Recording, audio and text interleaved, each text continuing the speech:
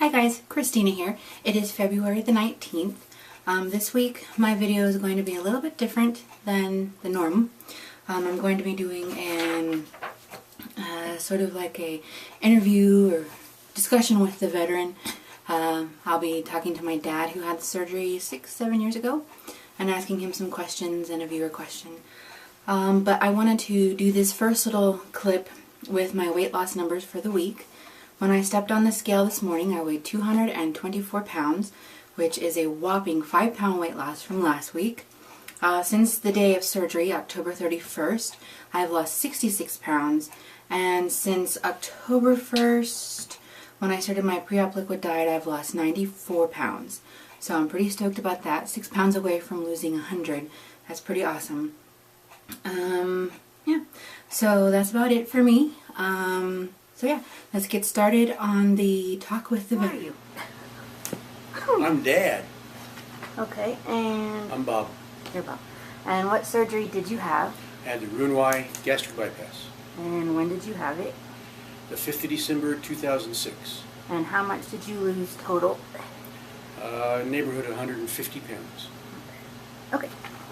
The questions. Number 1, what factors led you to your decision to have the surgery? Well, first, I had a friend that was going to have the surgery, and I thought it was a bit extreme. And so I was against it. I didn't know much about it. And I happened to have an appointment with my endocrinologist who is treating me for pituitary tumor and diabetes. And I told my doctor, I had a friend that was going to have gastric bypass, Roux-en-Y. And I thought it was extreme, and I thought, that's a lot of, that's a big thing to go through just to lose weight. And he said, he said, you ought to check with my secretary. She had the gastric bypass. She's doing great. And in fact, you ought to consider it yourself. So instead of my doctor talking me out of it, he talked me into it. And so anyway, after my meeting with him, I went back to the internet and searched and did some stuff, went to some support group meetings and that kind of stuff, and wound up doing it myself. Cool. What health changes have you had since you had the surgery? Well, the day after surgery, I came off of about $500 a month in medication. Triglyceride medication, cholesterol medication, high blood pressure medication, 2 different diabetes medications, and a few other things. Hydrochlorothiazide for water retention, on and on and on. I went to Walmart and I handed the lady there a slip with all my medications on it. Being a retired Air Force, I didn't have to pay for it, but I wanted to know how much. So anyway, I went to Walmart, took them the list of medications. I said, if I had to pay for these at this dosage, what would I have to pay? And that's when she told me it'd be about $500 a month. So I came off of $500 worth of medication because of the surgery. I feel better. My quality of life has gone up. I'm healthier. My stomach doesn't rub the steering wheel anymore when I drive. As we've talked about before, I can tie my shoes and breathe at the same time. I can put my pants on and then put my belt on. Before I was too fat, I couldn't reach all the way around, so I had to put my belt on my pants first and then put my pants on. Tons and tons of things you really don't think about that were so difficult before are so easy now. So a lot of health changes and a lot of quality of life changes. Have you had any health issues since surgery? Any related to surgery or anything? Any negative? Yeah. None that I can think of. It's all been positive. I've been lucky. A lot of the things we'll talk about, I'm on the more positive side of them all. The support group meetings I've gone to, I've listened to people who had some complications, but they were relatively minor. And when you asked those people, even ones with complications, will they do it again, they'd say yes. Yep, me too. 3. You knew going into the surgery that this was going to be a lifestyle change, but it's one thing to know it and another thing to live it. So now 6 years out, how are you doing, or how did you get through the life changes was it struggle or? Motivation. Mm-hmm. You have to be positive. One of the things I was frustrated with, but at the same time lucky with, I finished all of my studies that I had to go through to meet the criteria to be put on the waiting list for surgery. The psychiatric evaluation, the camera down the throat, the camera up the other end, all the blood work and all that stuff. I went through and finished on the 1st of December. And they put me on the waiting list. And on the 5th of December, I had my surgery. Not 4 days later, but a year and 4 days later. So I had a year of waiting before I had my surgery, waiting for the surgeons and all this in the operating room, time and all that thing.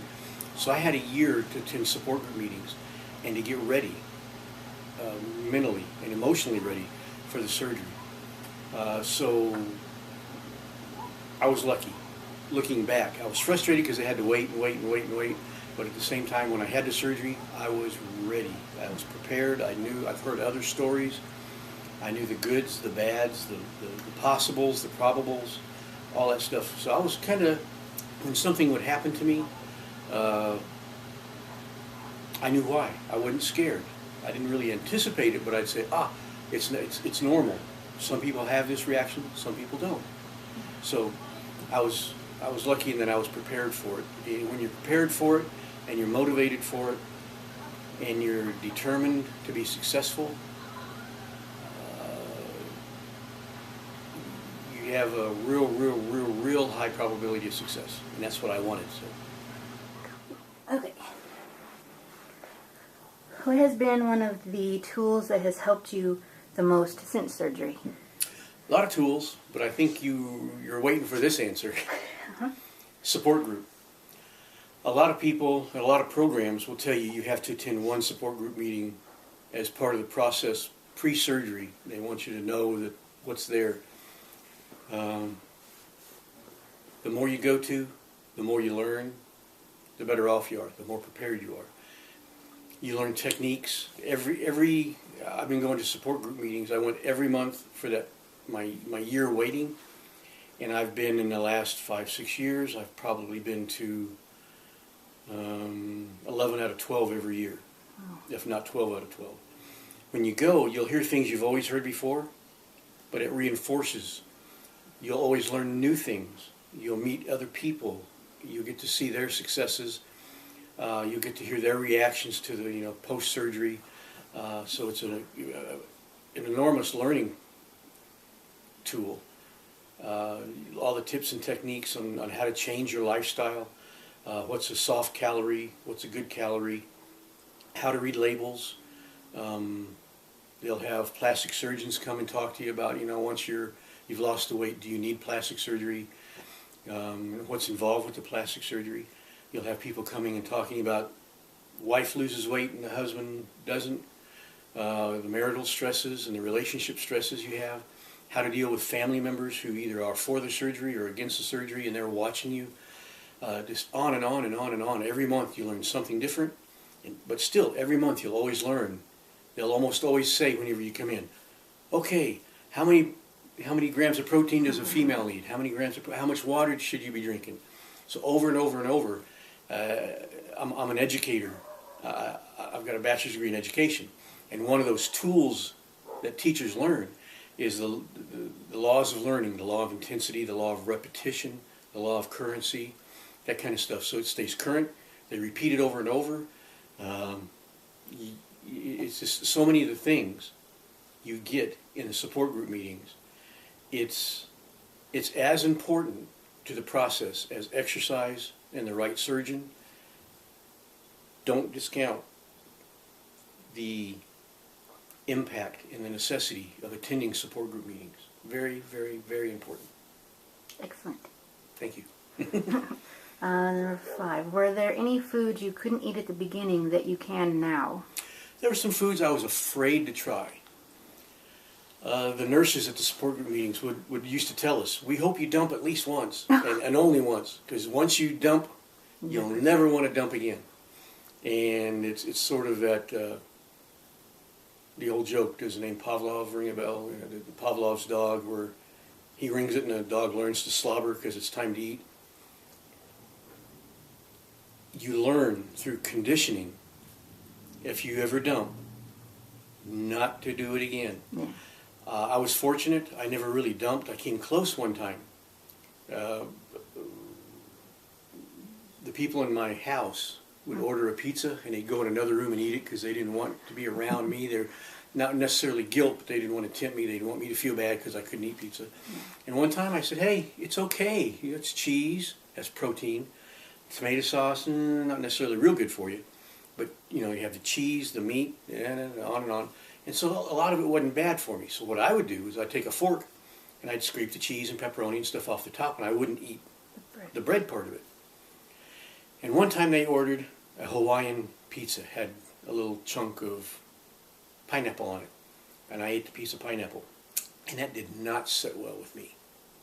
You know, I started to sweat, I got a little pale, I started to shake. It was almost like when I was diabetic, and I wouldn't eat right, and I'd still take my medicine, and my blood sugar would get too low. It was kind of like that, and you get this feeling of your mouth starts to water, and you think, uh-oh.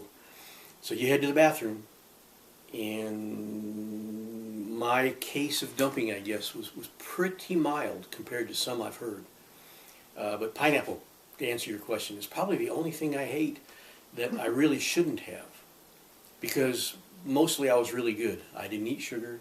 I didn't have ice cream. I didn't have, you know, frosted cookies or cupcakes with frosting on it, you know, the pure sugar stuff. So I never really gave myself the opportunity to dump. I was very strict with my diet because, again, I was focused and I wanted to be very, very successful. Cool. Have you tried pineapple since? No. I learned I could probably get by with it now because the farther you're out of surgery, the bigger your repertoire of food you can eat and can tolerate. That doesn't necessarily mean you should eat or should try to tolerate. So I stick to a pretty simple diet of things I know are good for me. That's part of that lifestyle change that you really need to do if you want long-term success. Well, that kind of ties into the next part of that question is if you have problems with particular foods right now, right after surgery, will it always be that way? Like if you can't tolerate, I don't know, even good things like certain meats or something, could it get better as you're further out? It almost surely will. The people I know who are 5, 6 years out can eat pretty much anything and everything they want. Cake, ice cream, sodas, but that goes back to what I said before. Because you can doesn't mean you should. Right. If you want to keep the weight off, if you want to stay healthy, if you want to enjoy all the things you've accomplished, the getting out of bed, the getting in a car without hitting your head because now you can bend over to get in. You can lay on the floor and watch TV and still get up. If you want to continue to enjoy those, and if you want to add years to the end of your life, those are the things you have to focus on so you don't eat things you can but shouldn't. Gotcha. Good. Number 6, how do you deal with head hunger? Not well, thank you very much. That's a tough one. The first 12 to 18 months after surgery, particularly the 8, 9 to 12 months time frame, you're going to lose weight whether you want to or not because you're physically restricted and you're physically not able to eat the things you shouldn't eat because you'll dump. That kind of stuff. So like it or not, you're going to lose weight for the first 9 months to 12 months, maybe even up to 18 months. After that, hopefully you've used that tool of not being able to change your lifestyle. And that change is not easy. And it's constant. It's a little like being an alcoholic. You know, you have one chip. Well, if one potato chip didn't hurt me, what's a handful? If a handful didn't hurt me, what's a bag going to do? So you have to always, every time you've got that urge to pig out, for lack of a better word, you have to stop and think. That's a choice. I choose to eat or I choose not to. I choose to let the food win or I choose to win. It's always a choice. You always have to be aware, cognizant. You have to think about it. And sometimes you win those battles, sometimes you lose. It's just hopefully that time you've had to retrain yourself, you're going to win many more of those battles than you lose. There's some food for thought that even the nurses will tell you. If you feel this craving for something, go ahead. But don't eat a lot of whatever this craving is. Just have a taste, a spoon or two, to satisfy that craving and not to go overboard. But sometimes if you don't eat it, you feel like you're denying yourself. And if you deny yourself, sometimes that leads to binging. Mm-hmm. And that's not something you want to do. No. So if you like butterscotch pudding, have a spoonful or two. Just don't have a big bowl of it. See what it tastes like. Treat yourself. Just don't go overboard. Remember, you want to win. Don't let the food win. Gotcha. Now that you're several years out, do you feel a real hunger? And when did that start? Yeah. The first year, I didn't get hungry at all. I'd forget to eat. You have to remind yourself to eat. I can remember getting up on a Saturday and watching some TV, going out and mowing the yard, coming back in, sitting down and looking at the clock saying, it's 2 o'clock, I haven't had breakfast or lunch yet. Because I forgot. You just don't get hungry. And it's strange because I used to eat to celebrate. I'd eat to mourn. Got a promotion, didn't get a, if I got the promotion, you eat to celebrate. If you don't get the promotion, you eat to mourn. You eat because you're bored. You eat because you're hungry. You eat all these reasons. It was this constant. The sun comes up, time to eat. Sun goes down, it's time to eat again. There's always a reason to eat. Put food in its place. Eat when you're hungry. Stop when you're full. Sounds simple, but it takes thought. And some of the things you can do, sometimes your stomach fools you. You're thirsty, and you've been trained to eat to satisfy the thirst. Drink something, and then wait 10, 15 minutes to see if the hunger goes away. If it doesn't, and it's not, and you're not sure if it's head hunger or stomach hunger, it's probably head hunger. Another thing you can do is go brush your teeth, because sometimes the taste in your mouth just tells you you want to eat something to change the flavor in your mouth. Go brush your teeth. Your mouth will be fresher, and a lot of times it's surprising. The hunger goes away just because you brushed your teeth. So there's a lot of things you can learn, like those little tips. Again, you'll learn a lot of that stuff at the support group meeting. Again, another reason to go to support group. Okay. Number 7. How much thought and work goes into not overeating, even at this point? Not as much as you would think. Because you've changed your lifestyle. Mm-hmm. I can remember when I was a kid, Mom would always tell me, boy, he's a healthy boy, he sure does have a good appetite. Or, clean your plate, there are kids in Africa starving to death, you're lucky. Now I can eat and push the plate away with food still on it, and I don't feel like I'm wasting the food. There's a difference between wasting the food and saving yourself. Mm-hmm. You eat because you have to eat. You eat because it tastes good. That doesn't mean you have to eat and eat and eat until you don't feel good. I can remember times, Thanksgiving, but I could do it any day. But you sit down and you go and you sit down in your chair after Thanksgiving dinner and you think, oh man, why did I do that? Now I think of why did I do that before I do it. And you eat, you enjoy it, and you stop when you're full. Now, do you still get full easily, like people like me who are still, does it still happen that way? Yeah, I can eat more now than I did, and I can eat too much. Mm-hmm. I can eat not quite what I used to, I'm trying to think of a way of putting it. We can go out for Mexican food, and I can eat 80% of what's on my plate if I wanted to. Mm-hmm. But if I stop when I'm full, it's closer to half the plate. So I stop whenever I'm 40-50% of the way through, because that's plenty. Yeah. But I could continue if I wanted to.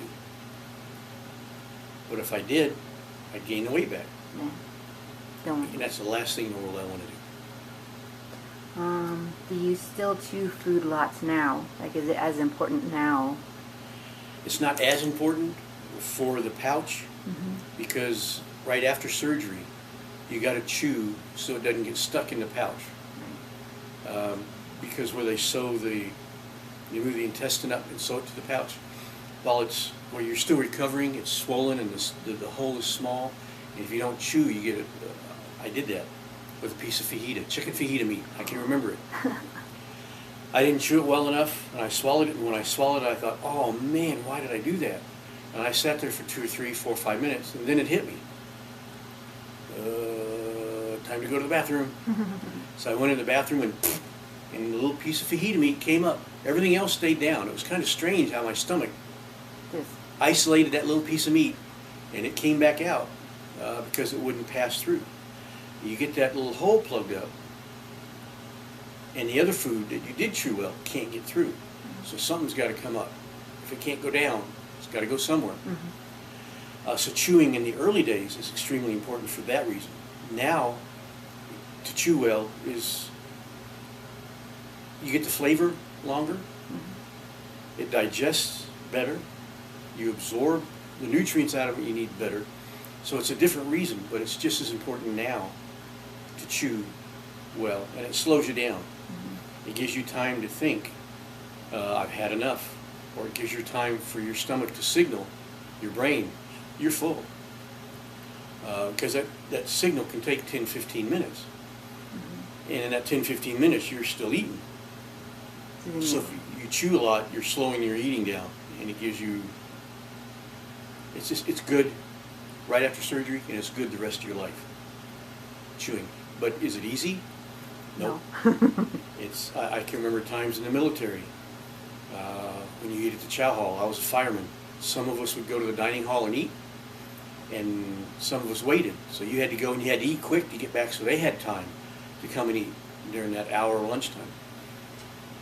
So firemen had a pretty bad reputation of eating like pigs. Ooh, they used to talk about giving us plastic forks so we didn't cause sparks with the metal ones. So I was trained to eat fast, and so it's still something that I have to be very much aware of and it's not natural to me. I have to force myself to eat slow and chew a lot. And I'm successful maybe 80% of the time. 20% of the time I'm not, and that 20% is too big. I need to work on more, getting closer to 90%. How do you decide what to eat at a restaurant? I look at the stuff on the menu, and I look for things that have a lot of protein. I'll order things that don't necessarily sound healthy. Like I'll order a plate of nachos. And nachos I always order the ones with, I like chicken fajita meat better than I like beef fajita meat. So I'll get the nachos with fajita stuff on them. And I'll eat the meat off the top. And I'll have a little bit of the cheese and even a little bit less of the refried beans that are on them. And maybe a chip or two. A lot of times the waitress or waiter will come by and say, "Was there something wrong? Did it not taste good?" I said, "No, I'm full." Because you eat the fajita meat off the top of a plate of nachos, and typically I can't eat all the fajita meat on them. And you leave a lot. But the good news is that a plate of nachos is pretty cheap. Yeah. So it's cheap and it gets you full.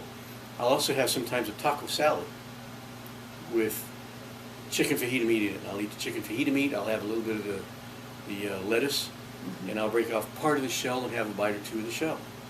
So I get a little bit of everything, but I always focus on something that's on the menu that has the protein in it that I need, and then I can push the rest away. Good idea. Okay. Let's see, number 9. How is socializing now? Are most people understanding, and do you find that people avoid inviting you over to eat, or inviting you over to their house to eat or out to eat? I've been lucky in that regard too. Maybe that's a lot of the people we go out to eat with are people we know in church, so they're a little more understanding. A lot of times when people say, hey, you want to come over for dinner? And I'll say, yeah. And they say, what can you have? What can't you have? And 6 years out, I'll tell them, I can have anything you fix.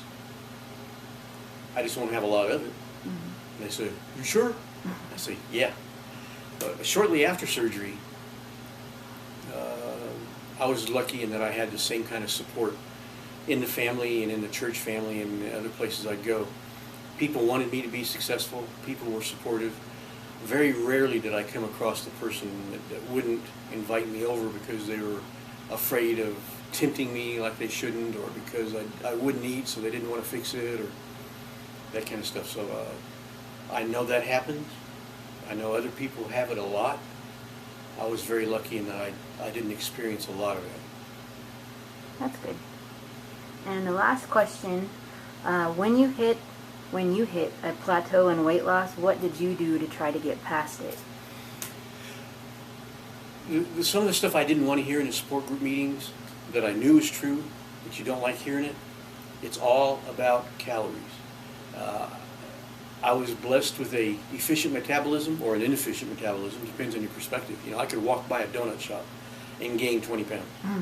I didn't even have to eat them, just smell them. Because my metabolism wasn't the same as some skinny person's was. What was the question? When you hit the plateau, what did you do to get Plateau. past it? Yeah. Yeah. So regardless of what you want to hear or don't want to hear, it's all about calories. You take in more calories than you burn, you gain weight. If you burn more calories than you eat, you lose weight. And if you burn the same amount you take in, you keep it constant weight. And as your body adjusts, as you're losing weight, it's slowing its metabolism down in an effort because it thinks there's survival. They think there's a famine. And so it slows your metabolism down, so your food and your fat last longer, and you can survive. You can weather the storm of whatever's going on with the food supply. Sort of a kick back to the caveman days or something, I guess. So to get past those plateaus, a couple of things you can do, or a combination of things you can do. Eat a little bit less, but you're already eating a lot less than you used to. The next big thing you can do is up your exercise. That kicks your metabolism back in to burn the calories, and it'll stay up. If you exercise for about a half hour and get your pulse up, even when you stop exercising, your metabolism is going to continue burning at a higher rate, burning calories at a higher rate for 3 or 4 hours. If you exercise for 45 minutes, if you go from 30 to 45 minutes and exercise, getting your beats per minute up, your pulse up, your body's going to stay at a higher metabolic rate for closer to 6 to 8 hours. So exercising will raise your metabolism and keep it there for a while. So it's very important, especially when you plateau, to up your exercise. Good tip. Thanks. All right, that's all I have. So thank you very much. You're very welcome. Is there anything you'd like to add or say? Or Go to support group meetings. see, I told you. All right. Bye.